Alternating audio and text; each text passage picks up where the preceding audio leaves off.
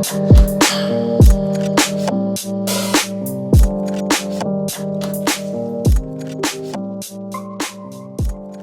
we actually rolling? Nah, no. Oh, okay. Are we rolling? I mean, I'm rolling. Yeah. Oh, yeah, we rolling. Oh, shit. Yeah. Oh, shit. Yeah. My bad. Yeah, catch up. my bad. I'm a little behind. Now, my only thing is the whole thing about it. We'll discuss it next week because I would like to have that as a podcast discussion, a roundtable discussion on like the do's and don'ts with the guys trip and girls trip. You trying to solve some shit at home? We can do that today. You trying How to solve long some we shit? have? He trying to solve some shit on the podcast. Yeah. He gonna be like, look, that's what they said. We gonna do that. That's what they said. Like, He trying to use us as backup, but I got you though. I got you. Nah, we doing Ask Ye. Yeah, Keemon I got you. I got you. Yo, he's my PR rep. I'm your lawyer. Nah, yeah, Keemon got you. I got you. I called Key. Key was the first person. I usually call you. I said, nah. This is the first time I was the devil on his shoulder, and I felt aware. I'm like, nah, I'm always supposed to be the angel. And guess where Steve was sitting? You know, same spot. Right in the living room in the crib. Playing 2K. Where I'm like, foul. I was like, all right, that's cool. That's cool. all right. How are you guys? Peace and Welcome, everybody. Peace Sorry, and blessings, beautiful people, and welcome to episode 21 of the Social Podcast. I'm your host, Steve, and of course, I'm joined here by my brothers, my besties, my illustrious co-hosts, Keemon and Darren. You know what's crazy? Like, I knew y'all were gonna get triggered as soon as I said besties. Like, as soon as I said it, like, why? Cause that's kind of crazy. I never even call a man my best friend. Damn. See, You just my brother. Or my friend. One day we gonna dive into that. We needed to get into that discussion One day we go, because that's the true emphasis of bros. Like, if we're gonna be progressive as men now, like, I could call you my bestie. It's just the E at the end. Like, You're not. I'm not. It's the don't bestie call me part, your the bestie. Like, You're my best friend, Keemon. wow. See, look, you're still uncomfortable. It doesn't matter. Shit, tickle everything right there. Like, nah. Look, see, I don't know if that's toxic. I don't know what that is, but we're gonna discover why we can't just say that word. And of course, the guy that makes the magic happen, the reason why we sound so great now. Alexander the Great is in the building. How you doing, brother? Clap. I know everybody's feeling better. Last week's pod was a nice relief, nice therapy session. Good to see that we're all in happier spirits, celebrating life and everything. Today, we are joined by a special guest. She is CEO and founder of her own publishing company, Opulent Press Publications, and author of the book Blessed Destruction. Ladies and gentlemen, we have Jamella Rose in the building with us today. Hi. Let's get one of those. See, I don't even know what I just did. Like, what kind of beat I just did? Yo, we doing a poetry slam. We do the snaps in here. We trying to trick them out, They expect... You look like an offbeat type. Like, we about to do the call and That's dance. the one white boy. That's the one white friend. Yeah, like, he tries to... Like, oh, I got it. Yeah, I'm white and I'm a bestie. Thank you guys for having me today. Yes, thank you for joining us.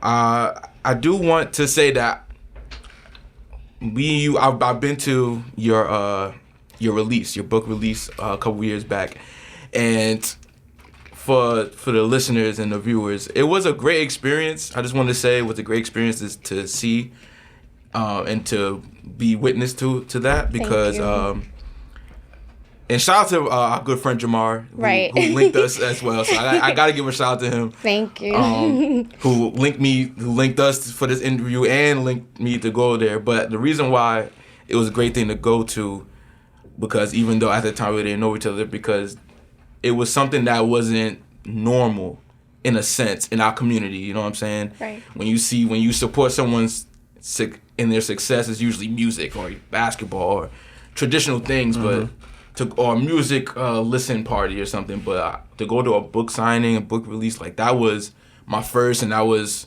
refreshing to me. So I just felt like that's why I feel like this coming together is important to show people that there are, the message that we always put out, that there's more than one ways, there's more than one ways to make it out and to be successful and accomplish things.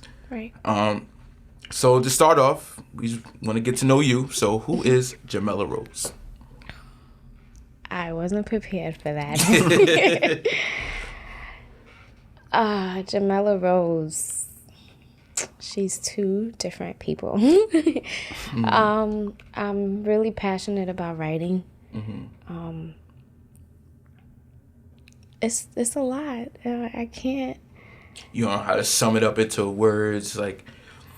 I am the healer, the motivator, the helper, the writer, the person that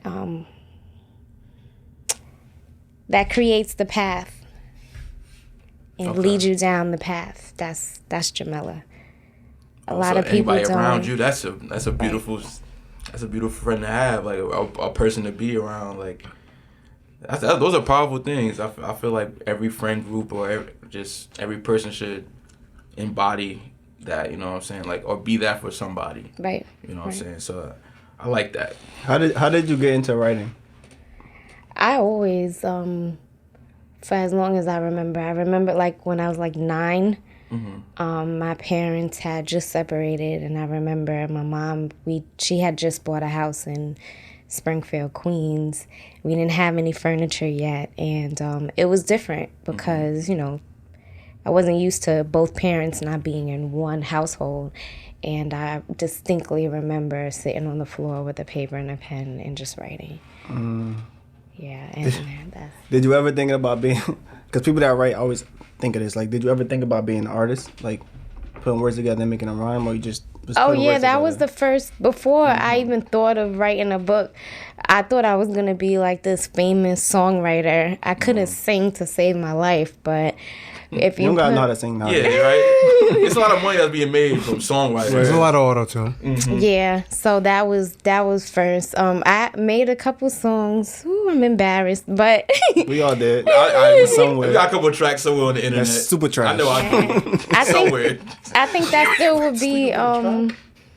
I think that still would be in the works. Like if I was to, I have a book full of songs that I would just like, you know, if I was in the industry like that and knew people, I would say, here, I want this song like this. You sing it like this. Give me this melody, and that's it. So yeah. All right, so you prepared for all facets of the writing part of it and everything. Yeah, I think you have to. I think you kind of have to be like. I think when you first start writing, if you write poetry, spoken word, anything, I just feel like you would want to put it together in some kind of way and make a story, and then you hear music, you will automatically go to music. Right. I think because I've done the same thing. Like, and I'm not an author, but I know I've definitely put words together and tried to do the same thing. I'll share a secret though. I didn't know how powerful I was as a writer. I don't know if you guys know, or if you're like really into rap. Rowdy Rebel. Who? Nah, I'm not familiar. Wait, who? Rowdy Rebel. I heard that name before. Who sing computers? Yeah, I know who Roddy is. Yeah, I know so- who it is. Roddy is? Yeah, I know who it is. Oh, okay, yeah. I just downloaded that one. My bad. The social net. The last part. The last part. I was like, wait, I don't know. Yeah, so in high school, I always used to write like short stories or whatever, but I never thought of writing a book. And I was going through something terrible, and I was never the type of person to like cry or to say like, oh, this really hurts me. That was never me. So one day, like, I got a paper and a pen, and I just started writing how I really felt. And I addressed it to Rowdy. He was locked up at the time, and I never thought for one moment that he would even open up the letter, or because you know his song was really big. Yeah. And it was like 4 pages, but it was a personal matter that my sister, my dad, like nobody knew that this had happened to me. And I just needed my paper and a pen. Yeah. I don't know why I did it or whatever. And surprisingly, he did read the letter. He did reach out. And when he did reach out, he said, I think you should write a book. And I'm like, for him to call me, I was in Guyana and heard their songs playing, and I'm like, for him to say that, I was like, it hit different. Yeah. And that's when I really took my writing serious and said, all right, I'm gonna write a book and I'm gonna be the number one. And then I'm, still. Shout out to Rowdy. Yeah. He helped push you. So with that being said, what, in your opinion, are the most important elements of good writing? Character development. Putting yourself in different shoes in order to bring your characters out. I feel like when you're hurt, when there's emotion, that's when you write better. Like that's when your work will be more effective. And discipline. Because anybody could say like, oh, I'm a writer, anybody, but then there's a time when there's writer's block. But if you discipline yourself and say, all right, I'm setting aside 2 hours a day to write, it will make, even if you wasn't a good writer, things will come to you. Yeah. And definitely reading other books and learning the styles of writing and finding your own. So to piggyback off of that, you talked about in regards to just reading. You actually gave us a lot of ammo that we can actually ask a lot of questions off of. But for instance, when you talked about just reading different authors and getting different styles of writing, who were your top? I want to say top three, but who were the authors that you were reading? Robert Greene, 50 Cent. That's nice. And how'd you? I like that combo. Yeah. So how did that? So dynamic. Because that just rolled right off your tongue. So yeah. So with that, reading the content that you were reading in regards to both of them, how did that shape who you are as an author and a writer? Robert Greene have a book called the 48 Laws of Power. And after reading that book, I kind of got... Because, I come from a Caribbean background, so it's certain things. It's either you go to school...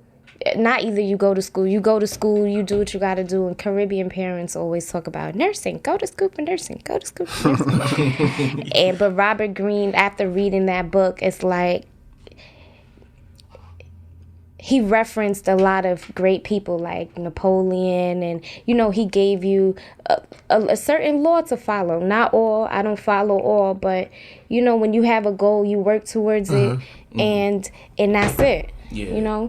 So that was good for me. He also have a book, The Laws of Attraction. No, I think it's The Law of Attraction. Seduction or something like that. I got into that too. And then the 50th Law, he wrote it with 50 Cent. And one thing that kind of like stuck out like a sore thumb was when 50 Cent quoted, when you work for it's not verbatim, I'm just but when you work for an employer, that's their job to keep you to keep information from you, but you should be working the corner for yourself. And when you work for yourself, like, you're more creative, your mind is more like, this is what I have to do to keep where I'm at, or to stay or to be on a different level. So, that's 50 Cent. And I like what you just said, and I want to attach it to something you said earlier when you said, like, using, like, hurt and, like, pain to kind of, like, target it, right? And it brings up a conversation that we always tend to have. It's like, why is it that, like, I feel like when we are pushed or our backs are against the wall, I know for me personally, my back is pushed against the wall, creatively, you start to blossom, because you start putting yourself in different dimensions that you probably wouldn't have, prior to, you know what I'm saying? So I just want to, like, what's your thoughts on why is it that when we go through that process, our backs against the wall, doing things for ourselves, the struggle, why does that bring out of you creatively? Because you don't have nothing else to think about. The only thing your mind is thinking is, how can I get out this situation and fast? So your mind, you're more creative. Like, you're down low. There's nothing. There's no turns. You can't turn to nobody to say, hey, I need help. You have to help yourself. So you're more creative. Like, for me, like, I love that. Like, sometimes when I feel like my life is on a good path right now. Yeah. But sometimes I'm like, damn, can something tragic happen so I can, like, what's next? Yeah. What's next? Black I think people I know found how to survive, myself. I found my strength when my back was against the wall. Mm-hmm. So do you think that can sometimes hurt as well? No. Only because I feel like maybe that could fuel some people's writer's block. Then, so because it's like, what happens when everything is going right? So then what do you piggyback off then if everything's going, like, what other emotions can you piggyback off besides, like, the hurt and the pain if you're, like, in a happy space? I don't know the answer to that, honestly, because I'm in a happy place now, and when I write, I have to think about something that hurt me, or I have to, because I feel like that's the only way that I'm more effective through pain. Yeah. So I'm not the right person to ask that. I mean, I agree. I don't think there's an easy answer to that. Nah, I think most people that create, like again, that write different genres or whatever, they have to come from emotion and pain. I feel like I feel like a lot of things that we go through, we best put them in words through that pain. Like, I'll bring you through something I went through in the past that was real tragic to me. But if I'm happy right now, I'm telling you a bunch of stuff that probably don't connect to you, and it don't feel connected. It feel like I'm forced. I'm like, it don't feel the same. It's not the same. I reached out, author reached out to me requesting another avenue to market his novel. And I see that he's a writing coach. So I asked him, I'm like, like, I would love to sit down with you because I'm trying to find another, like, maybe like another genre another genre, because I feel like all of my writing comes from pain. Yeah. And one thing he said to me, he said, stick to what you know, which I disagree, but I don't know.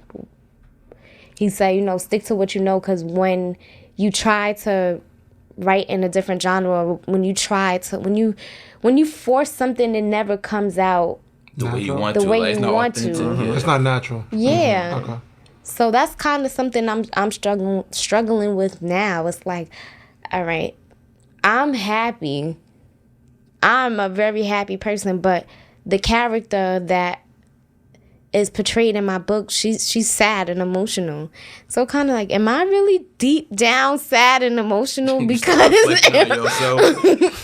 yeah. So I mean, I kind of agree with that. It's almost like it brings us to a point of, do you want to be a jack of all trades or a master in the field? Right. So it's like you gotta kind of pick and choose. Sometimes to be a jack of all trades, maybe you'll be okay at everything or good at everything, but to be great at one thing could take you just as far as you probably need to go. You know what I'm saying?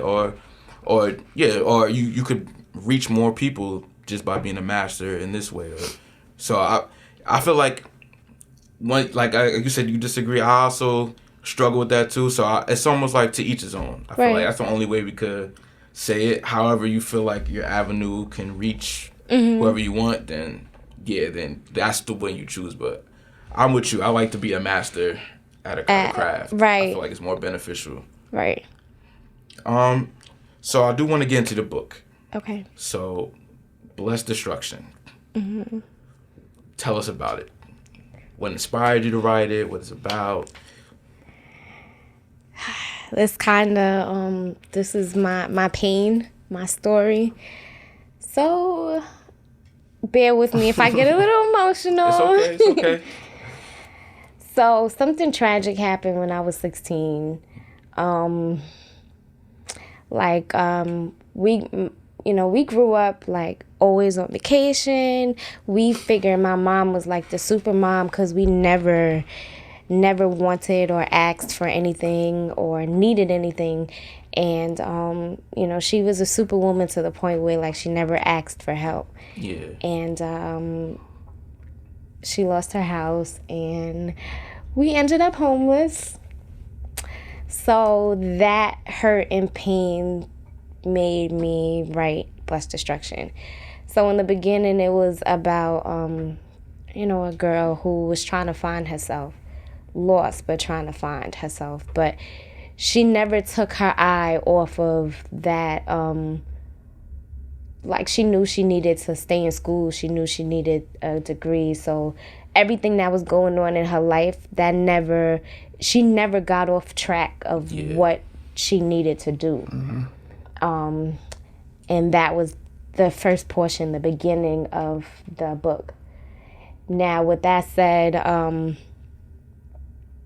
then the rest of Blessed Destruction was my pure imagination, with falling in love with a narcotic detective. And I knew that, well, just based on the friends that I had, like, I knew that friends could smile in your face and then be totally nasty to you, or like, you know, destroy your character to other people.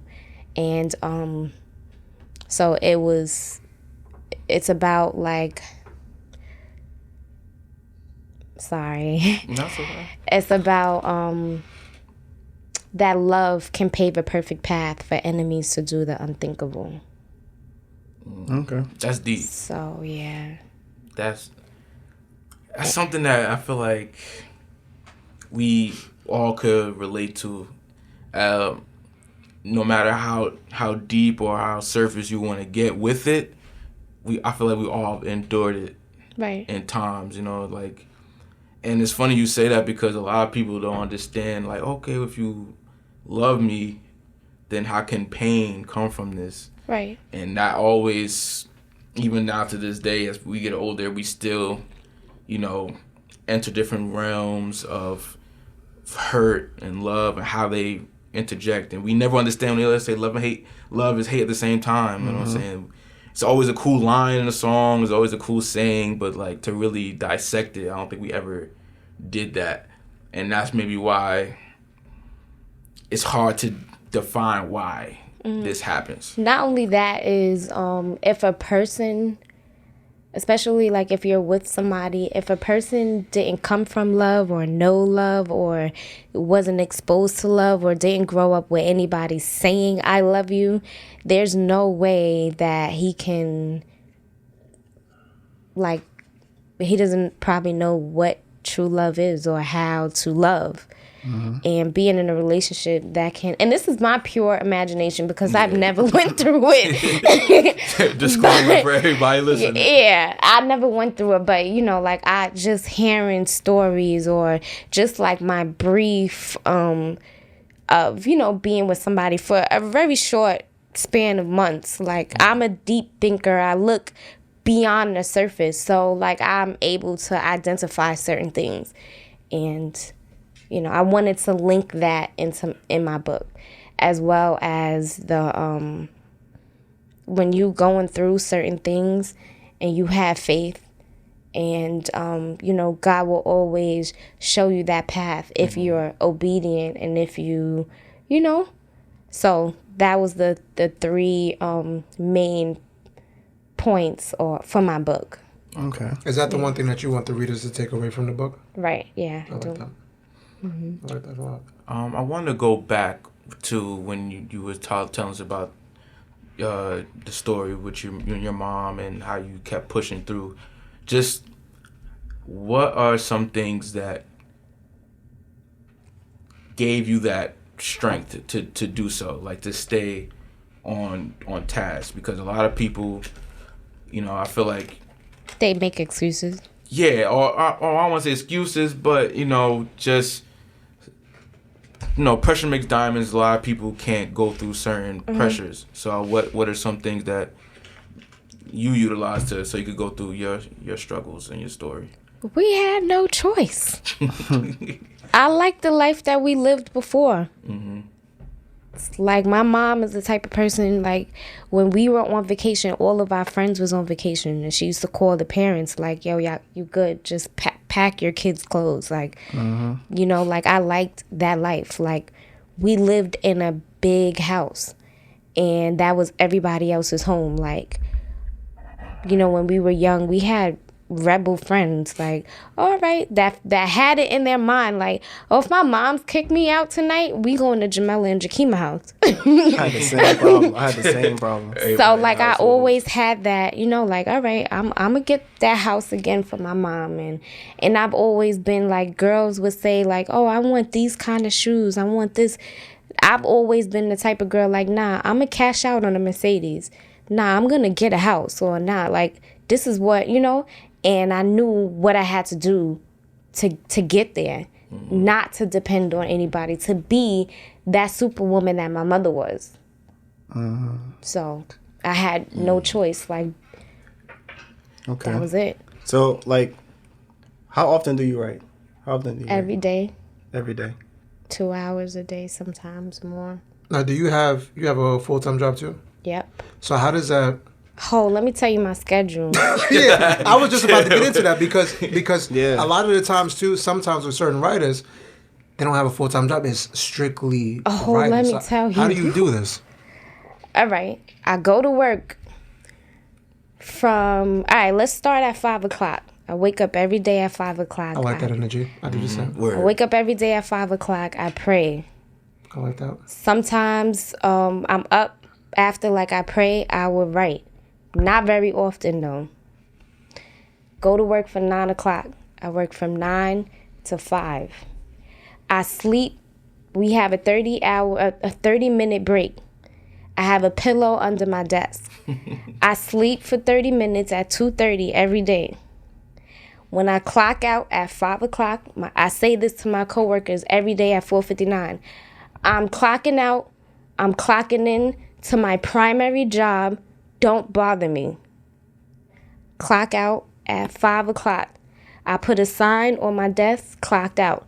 I write from 5. I don't leave my job until like 10 o'clock in the night. From 5 to 10, I'm either rereading or I'm writing. Wow. So, when, you know, everybody, like, now my coworkers know, like, I don't bother her, don't leave her. I plug in my headphones. I listen to nature sounds. I have to listen to water and birds chirping to write. I'm a weirdo. I put my phone. No, that's not a weirdo thing because I know a lot of people listen to music while they do writing. I have an iPhone, so I put my phone on Do Not Disturb. And I'm very undervalued setting on the iPhone. I think it's very undervalued. So that's my schedule. And when I leave work, I go home. I don't even cook. Sometimes I eat chips all day because I need to. I have it in my head like I'm gonna be the biggest writer, like, and then I'm gonna be like Tyler Perry. And my writing, my storyline is gonna be on TV, and plus I wanna hurry up with my project so I can help other writers and I can help other authors so that it's not just my project. So my life is kind of a little crazy, but I wouldn't trade it for the world. I was just about to ask you, like, when you clock out from 5, do you be like, damn, I gotta write for another 5 hours? Do you ever be like, I just want to go home and lay down, I just want to go home? Sometimes, but when I go home and lay down, like, the imaginary people in my mind, that's the characters in my book, they talk to me. So they like, oh, Get your ass up. get up. I'm here. You gotta Damn, write get this. You gotta write this before you forget. What am I doing next? Yeah, like come on. Like, what am I doing next week? Yeah. So I was just thinking about this because you mentioned how you want to be like, you mentioned like Tyler Perry and whatnot, and I think that's a very doable task. I think that's a very doable goal. Mm-hmm. So I'm gonna ask a fun question. Mm-hmm. This book becomes a movie. It is gonna become a movie. I like that. See, very doable goal. Who are the celebrities playing the main characters in this movie? Ooh. Who the narcotics officer? Who the narcotics officer? All right. I'm gonna share another sad secret. We were shooting scenes for my book. We were gonna do like a movie commercial. I asked the one person that I envisioned him being the husband. And I asked him, I didn't know him, I just knew he had the image and he had the following base. And I hit him up, he's like, okay, meet me at my business establishment at this time. And I went to meet him and I told him everything. He was like, wow, like, how did you know? Like, I always wanted to be an actor, blah, blah, blah. He was like, oh, can I be your husband in real life? So, niggas always shooting their shots. Word, right? Like, damn. So this was before the book was even finished. So, you know, like I felt like, all right, I got my characters together. This is what we're gonna do. And he, like, no matter what, like, if this book becomes, like, if the movie becomes big, like, I don't care about any other actors. He's gonna play the husband because he has the image. That's loyal. I like that. July 25th, 2017, he passed away. God bless him, Doug. God bless. Yeah, so that happened. We still got the narcotics cop, though. We still trying to figure that one out. That was going to was be the the husband. narcotic cop. Yeah, that was his job, and he was the husband as well. Yeah. Yeah. Hard shoes to fill now. So, like, I can't,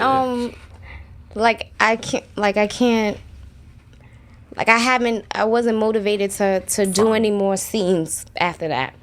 But if it was to be a movie, I would play the main character because I feel like that's me. I wrote it down. I don't know if you guys are into like YouTube web series.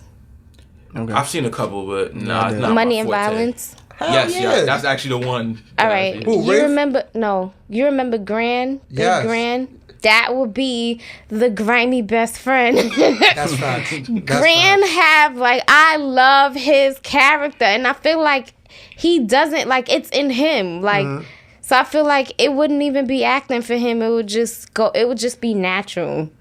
That's a perfect person to play too. Yeah, so I think Steve Harvey would play like the dad role, which is my dad or whatever. Lamia Good, which is Megan Good's sister. She would play my sister. I love Notori. I love her. None? Yeah. Okay. Yeah. I like her. St. So Patrick, for you, Yes, sir. Who shot Goose? I like her, but I wouldn't want anybody to link my storyline with Power or whatever. So I love her, but she got to stay on the back burner.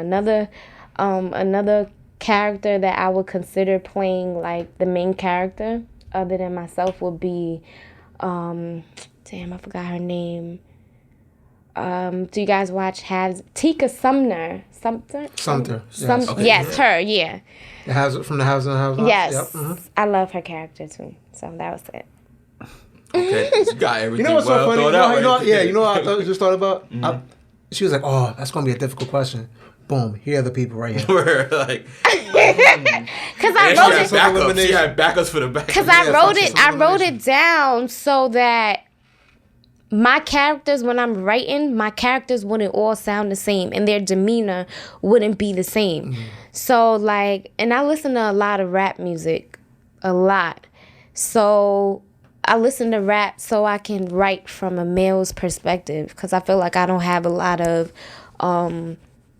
male friends or whatever. What rappers? Dope. That's dope. Neek Bucks, Sue Surf, Meek Mill, and I just got into King Shooter. King Shooter's dope. Surf is dope. Yeah. So you So I actually listen to listen to lyrics. Yes. I with the list like that, I feel like, 'cause Yeah. a lot of girls that was like, I listen to rap, you'll start hearing mad mainstream, like, Nah. like you're in a club, so of course you listen to this. I gotta person. listen to that. I gotta listen to the real I could curse on Yeah, here. you curse this. Yeah. Damn, I've been cursing since I got here. I gotta listen to the real shit that I went through. As soon as you green light, shit. You know how she like, you know when your parents leave? Where? You know when the parents leave the crib? She's like, oh, them niggas left? Yeah, fuck this. Curse all I want. Yeah. I gotta listen to the real, like, I gotta listen to the real stuff that I went through. Like, I have to listen to, yeah, so. Now that's dope because you always hear actors and actresses studying like people or like doing things like that to get into a character, but I've never heard like a author say like, yeah, I listen to music to get into character, and I feel like that's dope. I feel like anybody else out there listening, like if they struggle with that, like that could be Right. an outlet. Yeah, because I had to create a new character, a new cop in my second book. And I'm like, damn, like, who can I take his demeanor? Like, you know, like, I can't have my characters all sound the same. So I have to take an image. I have to take a certain demeanor. And I was listening to Sue Surf's song. It's called Set It Off. And I off of like hearing the beat, hearing the things that he was rapping about, I was able to create a whole different scene based on, my imagination, but it came from just listening to his voice, listening to how he rapped, listening to certain stuff that he said. So it was perfect. Yeah. Like a lot of people take that for granted too. Like when I watch shows, I feel like I see people that's in the wrong characters. And I feel like we see that in shows now. Like people don't think about the demeanor. Right. Like people who watch shows and things authentically or read things authentically, we want to demeanor counts. And I feel like a lot of that, it's one of those things that gets overlooked at times. So I commend you on that because I feel like, and I'm talking like a lot of people, like we've seen a lot of people who think credibility and then no, like just demeanor. So that's an important factor, I feel like. So I just want to point that out. Back to your book. How long do you think it took you to write this book? The first one? Yeah. All right. Rowdy wrote me April 2015. So from 2015... and it was released May 2017. The reason why that was my first book, and I had to cap a lot of things, meaning I had to like change a lot of things because I had to be mindful that because I wanted it to be real. I wanted to tell my true story, but I couldn't really tell my true story because I had to be mindful of me revealing stories of other people. Okay. So it went through a lot of versions where like like the first version had it. I wish I get that version back. Well, it told the true story.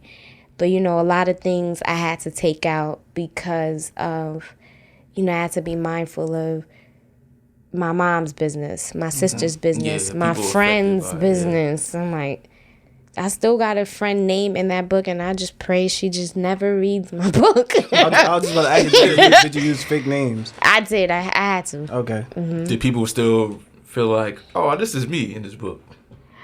I got a couple calls like, damn, I didn't know that happened. Or like my friend's mother, she read my book, and she was like, I know who you talking about. I know who Liz is. Damn. I learned something new. Yeah. So how is that? Maybe I want to say I'm asking a loaded question, but with certain maybe friends or family maybe reading the book, has that helped improve, take your relationship with them to the next level, or has it maybe changed their perception on you? I think the only person that I think about or I'm like mindful is when I'm writing is my mom. Because I know that she's really sensitive with certain things. So that's like the only person that I'm mindful. So with the book that I'm working on now, Stitched with Insecurities, I'm hoping that that's a deep book too, but I'm hoping that when she does read it, oh, you know what? I'm lying because she read my book, my first book, and she called me one day and she was like, this certain part made me cry because, I knew you went through that and you never expressed how you felt. And now I know how you felt. It's like that feeling of... Yeah, because I was never the type of person, like, if I'm going through something, at the time when I'm going through it, I'm going to still smile. I'm going to still be the same person. But deep down, I'm going to hold that pain. And then months... Yo, because I don't understand. Yo, black people, this is a black people thing. Like, it is, and bro. that's why I wrote my second book, Stitched with Insecurities, because that's not a good way to be. You cannot hold in pain, because when you hold in pain, you open up other wounds. Yeah. That's not the way how to go. And that's how I was. Yeah. Where, like, if something, all right, I'm going to be raw on here. Like, I lost a baby. And when I got out the hospital, I'm like, fuck it, I'm good. Like, my mom was like, oh, sit down. Let me talk to you. Nah, I'm going to the mall. What? You just got surgery? Yeah. No, I'm going to the mall. I'm going to get me a bag. She's like, no, you got to... No, I'm good. I'm good. Got up. The next... I went and got the bag. Went to sleep. The next day, I was getting up, like... And my boyfriend was like, what are you doing? I'm going to work. But, like, my body was saying... Bitch, sit your ass down. Like, nah, disagreement. Disagreeing with yourself. Well, I'm like, nah, I'm going to work. I never cried throughout that. I wonder why we are like that. But listen, never cried, right? A year later, that's when I wrote Rowdy. Because I just started crying out of nowhere, and I didn't know where that pain was coming from. But I needed to let it out. And when I let it out through writing, this before I even knew that I had talent with writing, and I let it out. I wrote my favorite rapper at the time, and that's when I was, oh, you should write a book. But I've never been, like, I've never been the type to cry and say, like, oh my God, this is hurting me. At the time when it's happening, like, I just push through. I just be like, pew, pew. Just my shoulders off. I got to get through this. But it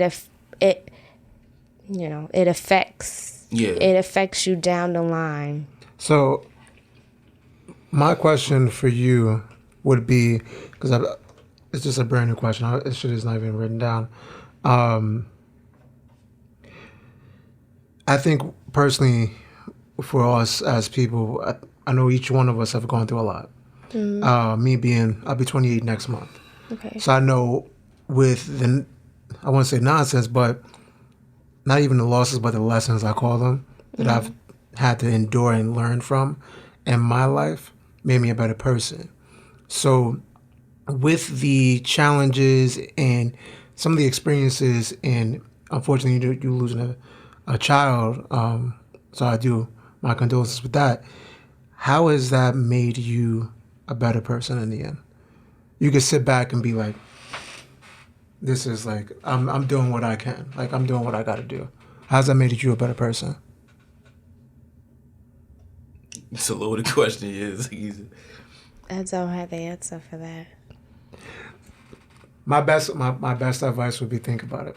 And then when you sit back and just have the time to yourself. How would that make me See, I would say like this. I think not just the one child, but just not the child part. I'm not talking about that, but just certain things that we all face in our lives, right?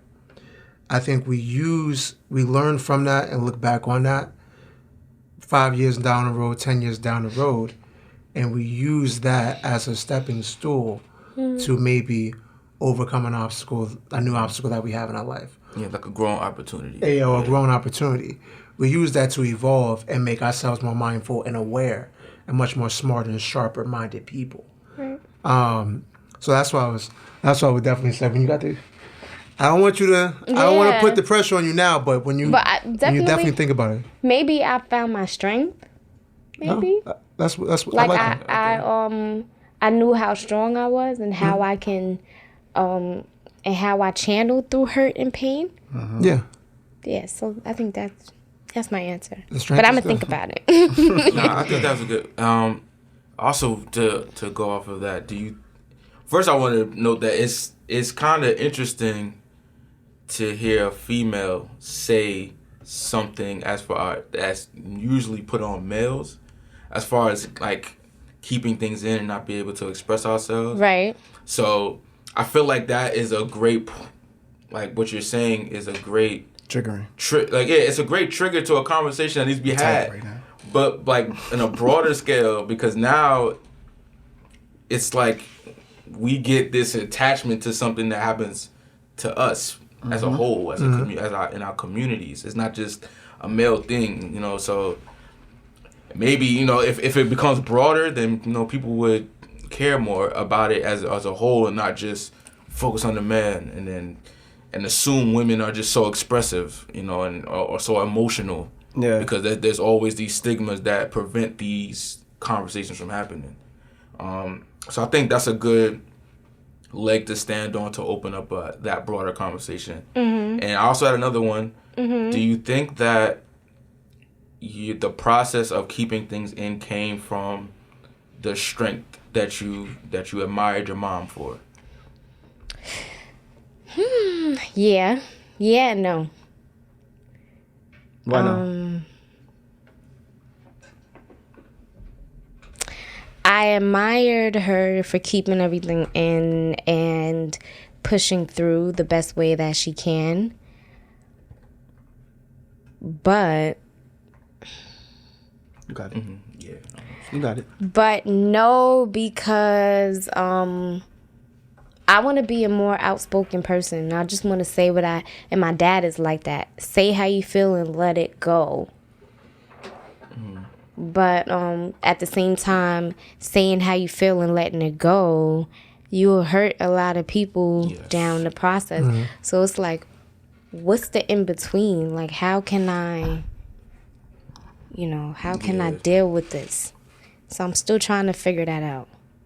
Okay, I feel like there's nothing wrong with that. I think it takes a life's journey to do that. It's not something we could just it's something I'm learning out too right now. Like, just how to put words together, like without getting my word out, but also not hurting you. Like it's a hard balance. Like, and I'm learning the same thing. Yeah. Yeah, it's a hard balance because you always have to think about the other person as well. But I also want you to hear what I'm saying, like what I'm feeling. Yeah, it's a conflict. It's definitely a conflict. It's important that's why it's important that we all stay open minded when we conversing with people, so that there's never a struggle with the communication. I feel like that's why we gotta keep the communication lines open, minds open, and things like that. Yeah. I do want to talk to you about the company. So I want you to tell us about your publishing company and, you know, everything you do with that and how you help other writers and help other authors. Okay. Opulent Press is my baby. People would say I'm not it's never about the money for me. So people may disagree, but I'm offering free publishing. And the reason why is I feel like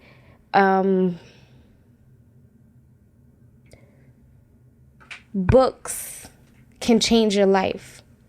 For example, Malcolm X was, y'all know who Malcolm X was before he found himself. Malcolm X, Malcolm Little. Yeah. He one book changed his life. And I really believe in that. Everybody have a story to tell. You can help another person by sharing, by reading another person's story. Connecting right. Those stories. Yeah. For example, the way how I changed when I read Robert Greene and 50 Cent's book, or whatever. So Opulent Press is just providing that new route for writers. So when I say free publishing, I'm going to help you. I'm going to show you the ropes. I'm going to sit down and diligently show you the ropes. This is what you do. This is what you do. This is what you do. And when you're on my team, because I feel like I did a good job building an audience with like certain events that I have. So I'm just like right now, Opulent Press is just providing that path so that when I do have kids and, you know, they can hand over the company and my company would be so big where people would say, like, Opulent Press, and that's when the money is going to come. And that's when people's going to pay that because we, you know, like I already paid that path. Yeah. So, set the foundation. Right. I set the foundation. So, and another reason is because when I was first, like, with my, I'm sorry. That's okay. When I was first writing my book and the idea came to me, I was fortunate enough to have people by my side to say, I'm not charging you. I want to see this be big. I believe in you. So I want to be that person that others was to me.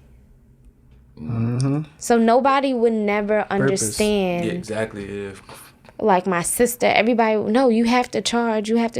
It's not about the money. It's never about the money. It's about an opportunity to help other people. So is that what gives the company, me talking to the mic. So is that what gives the company, I would say, its competitive edge?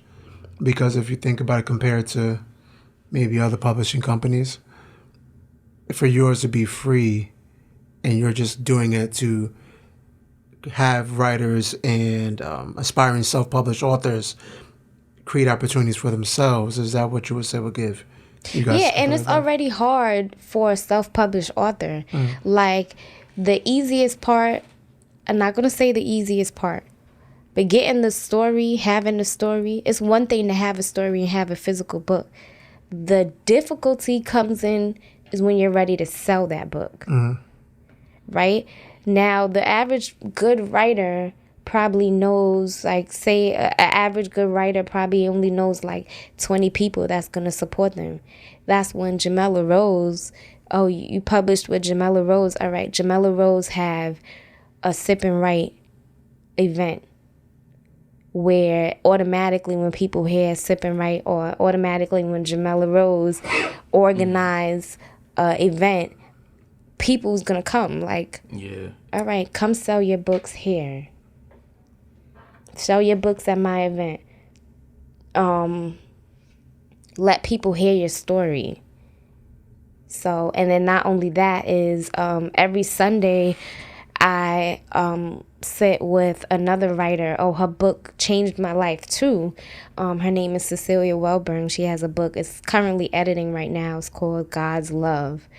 And we sit at the library every Sunday. Even if we don't have any books to edit at the moment, we just, discuss, the next steps. And so Opulent Press provides everything for all publishing needs plus coaching. Like when your book is in the process of like editing, you're going to sit with us every week or every 2 weeks and talk to us about your goals. What do you want to accomplish? How we can help you get there. And that's it. I commend that because I feel like that's something that I feel like a lot of people are realizing and at the same time moving away from. I guess the algorithm of giving is currency, right. Being a mentor to someone, that's currency. Like building relationships is currency. And it's hard, like you were saying when some of your friends were saying, like, you should sell this book, make the money. It's hard, and I could also commend on that because I felt like we also went through that as well. Like, even with the podcast, like, a lot of people want to see the money and all that stuff. People don't understand the rewarding process of just doing something passionately and doing the slow grind.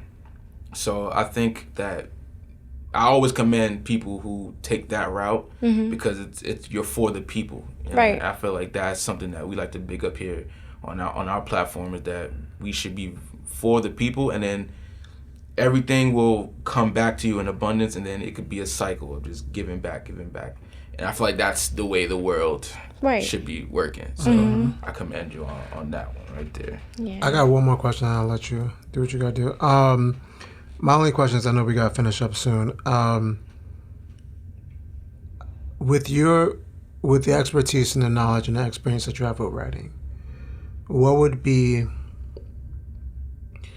the one biggest advice? Maybe top 3 advices, if you can keep them short if you want, that you would give to writers, young writers, or people who are aspiring to write. It could be books or anything. Go ahead. Number 1 is discipline. Set that time to write. Number 2 is before you, like anybody could write a book, but before you even start to write is what message do you want to give your readers? That's the most important thing. Like, what do you want your readers to take away from your craft, writing?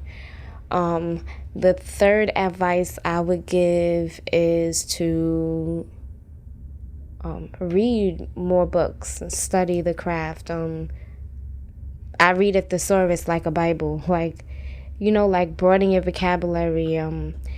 It works. Like on Google, you could find like your favorite movie.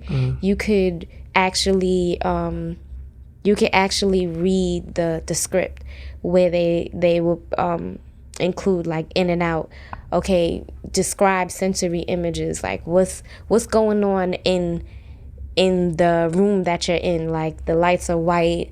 They have 3 TVs. Like, just so your readers could be in your shoes, to feel what you feel, to see what you see. And, in order to get there, just to read more and to,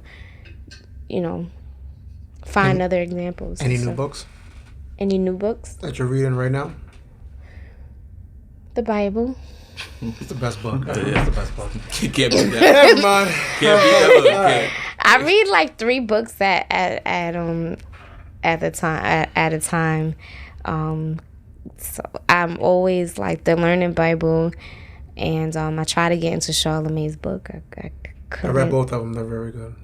They're very good. I've read both of them. Love them. I love the first one more than I love the second one. It look like she got a hot take. Not a big fan. Oh, no. We'll talk about it after. Because I went to both book signings, but we'll talk about it after. Well, we gotta. Off air, we're going because now I'm interested too as well. But where can we find the book? On Amazon. It's on sale now for like $5.26, but that was just because I made it to like 5,000 followers, so I marked the book down. So you can get it on Amazon. It's called Blessed Destruction. And you could also look out for Stitch with Insecurities. It should be releasing in May or June. But that's it. And the company, how can people reach out to you if they want to come to you? We have a website now, so www.opulentpresspublications.com. You could also email us at opulentpress@gmail.com, and then we also have a business line, and our office is in Edison, New Jersey, but you can get everything on our website. Okay. Yeah. All right. Well, off air, we're about to ask her about this show. I'm very intrigued. Yeah, we're very intrigued now. But unfortunately, that's all the time that we have. I do want to thank you for coming and sharing your story. Thank you so much. It was a very interesting conversation. I feel like a lot of people would definitely benefit because a lot of people don't get this side of me. They see my Instagram and I refuse to change, but they see this like party girl image, and I don't get to share the pure side. And for my schedule, my Monday through Friday schedule, I have to party and drink and hang out on the weekends. Got it balanced. But everybody see that side of me, and they don't get to see this side of me. So I just want to like thank you guys from the bottom of my heart for even giving me the opportunity and to get a different side. She wasn't so nervous. Bless. Yeah, right. Yes. No, yeah. I think people just start off saying that. And then you'll be fine. Because I wasn't. I threw a couple questions. She was like, Yeah, she was okay, I'm good. Because I wasn't good at. I'm not good at like talking. Mm-hmm. I'm good at writing, but I am comfortable, so maybe it just came out naturally. So Yeah. All right. Well, that means we guys were doing our job. Thank But you. that is all the time that we have. Thank you guys for listening and tuning in with us. Jamella Rose, everybody. Till next week. Thank you.